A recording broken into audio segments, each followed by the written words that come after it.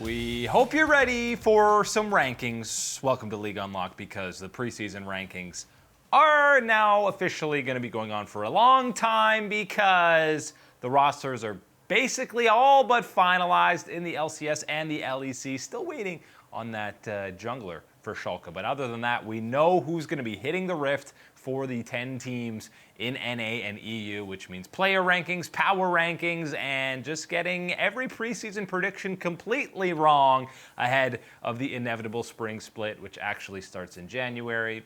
So the winter split, it's hard to constitute it being spring when it's starting in January. Sure, it ends in March, but I digress. LCS, we're looking at mid laners today with the big signings of Froggen and Jiizuke, giving us our 10 players, 10 mid laners in the LCS. We're going to go 10-1, and we talked about it before. 7 of these guys are, of course, from Europe, which is insane. We've got 7 Europeans, 1 Korean, 1 OPL Aussie, and the lone North American being Golden Glue. And there's obviously a lot of turnover in terms of teams. The top 3 to 4 are similar with what team they'll be playing on, but plenty of shifting going on within these 10. And in at number 10, it is the Oceanic movement, the OPL coming over, whether it's Academy or some of the main teams. But I think before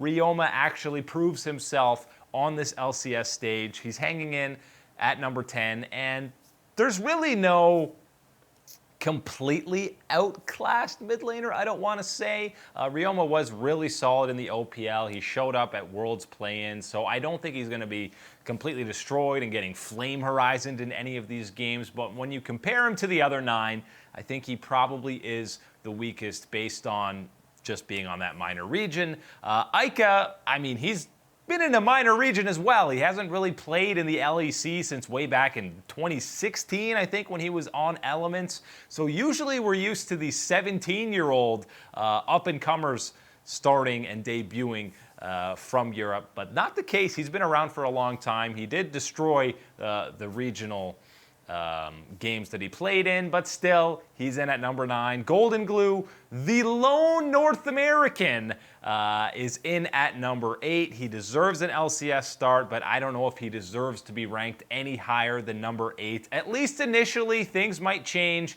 if GGS somehow outperform their incredibly low expectations. Number 7 is Jiizuke, and you might think that's a little bit low, but if you watch 2019, I don't think you'd be making that argument. In 2018, sure, this guy was probably the 3rd best mid laner in all of Europe, and showed up on the international stage, was basically 1 game away from getting out of the group of death in with Gen G, RNG, and Cloud9. But 2019, it was a very different time. Vitality was probably the most inconsistent team in all of the LEC, and we just didn't see the same highs, the same carry performances that we saw out of Jiizuke on his debut split with Vitality. The meta, I don't know if it was the meta didn't suit him or he just kind of had a falling back. The synergy with Mowgli absolutely was not there. I think he's going to be much better with Svenskeren, having that communication, speaking the same language is that first priority. And obviously Svenskeren was an aggressive jungler at his best with Cloud9. He loved working in tandem with Nisqy. That's something that he's going to be able to develop, I would imagine, relatively quickly with Jiizuke. I think he ends up being better than the 7th best mid laner in NA, but coming into the split, I don't think you could be ranking him any higher than that. Spot above him is a fellow EU former player, and Power of Evil has been around for a long time now in North America. He's going into his 3rd year. All of 2018 with Optic, all of 2019 with CLG. He did finally make playoffs, but I don't know if you can put him inside the top 5 when you have somebody like Froggen who has gotten...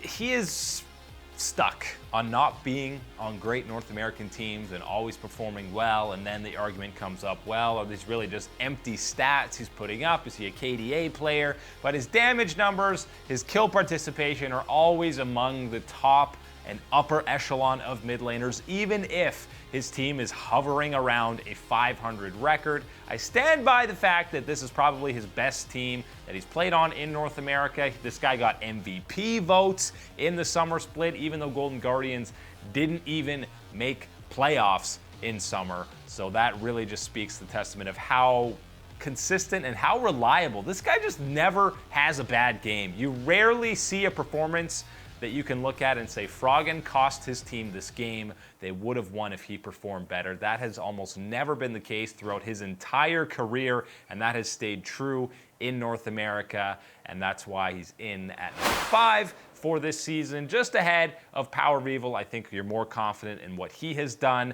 Number 4 is Nisqy, who at times was looking like a top 2, maybe even you're arguing him as the best. That synergy with him and Svenskeren, as I talked about, was absolutely insane at times, but I think the World's performance a little bit has knocked him down, and obviously some of the roster changes. Now he's working with Blabber. Nisqy is in at number 4. Jensen, people might be surprised to have down at number 3, but there were moments, I just talked about, Nisqy looked better than him for a lot of the summer split. He did get the better in that playoff matchup, but again, disappointing Worlds has him down to number 3. The top 2, Bjergsen and Crown, is in at number 1, which people might not be too happy with, but if you're looking at solely individual players and performances, yes, Crown did not live up to the ridiculous expectations that he set in the regular season. He disappointed in their playoff series against CLG in summer, but the only reason that Optic was even sniffing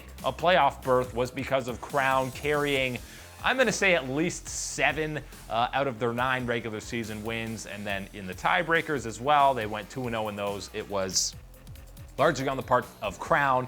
And Bjergsen, as TSM as a whole stepped back in summer, so did he, but with this new roster, it looks much better, and I think people should be more confident in them coming into this split and more confident in Bjergsen getting back to that spring form that he had in 2019, where you were talking about him as an MVP candidate. He was still that 3rd-team All-Pro mid laner in summer. I feel like he almost deserved that a little bit more just because of the name recognition. But Crown is the most important mid laner for his team, and he is looked like Samsung Galaxy Crown throughout his entire time so far in North America. That's why he is number 1, Bjergsen number 2, and Jensen a slightly distant number 3, but the top 3 at least are all relatively close heading into 2020 spring.